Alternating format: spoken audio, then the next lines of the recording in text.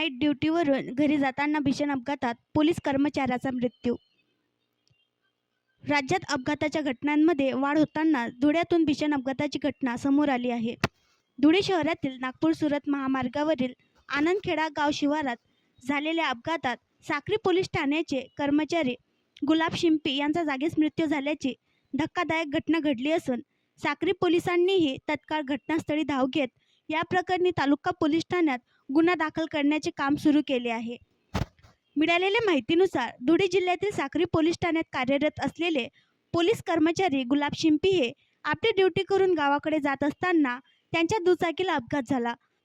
महामार्गावर पुढे सळई घेऊन जाणाऱ्या कंटेनर चालकाने अचानक ब्रेक दाबल्याने हा भीषण अपघात झाला.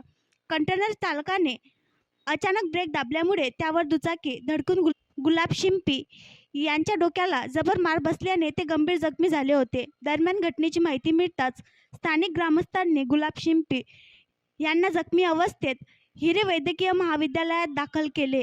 मात्र डॉक्टरांनी तपासणी करीत त्यांना मृत घोषित केले. सन 2014 मध्ये गुलाब शिंपी हे पोलीस खात्यात भरती झाले होते. धुळे जिल्ह्यातील साक्री पोलीस स्टेशनमध्ये ते सध्या कार्यरत होते. गुलाब शिंपी हे धुळे तालुक्यातील आनंदखेडे गावात वास्तव्यात होते आणि ते गावावरून दुचाकीने दररोज नागपूरमधील साक्री पोलीस ठाण्यात कर्तव्यावर येत होते. मात्र काल रात्रीची नाईट शिफ्ट संपल्यानंतर आज सकाळी ते साक्रीहून घराकडे जात असताना त्यांच्या दुचाकीला भीषण अपघात झाला. दरम्यान गुलाब शिंपी यांच्या अकाल अपघाती निधनामुळे कुटुंबियांवर दुःखाचा डोंगर कोसळला असून या घटनेमुळे पोलीस खात्यात हळहळ व्यक्त होत आहे. गुलाब शिंपी यांच्या पश्चात आई वडील पत्नी 5 वर्षाची मुलगी 3 वर्षाचा मुलगा असा परिवार आहे.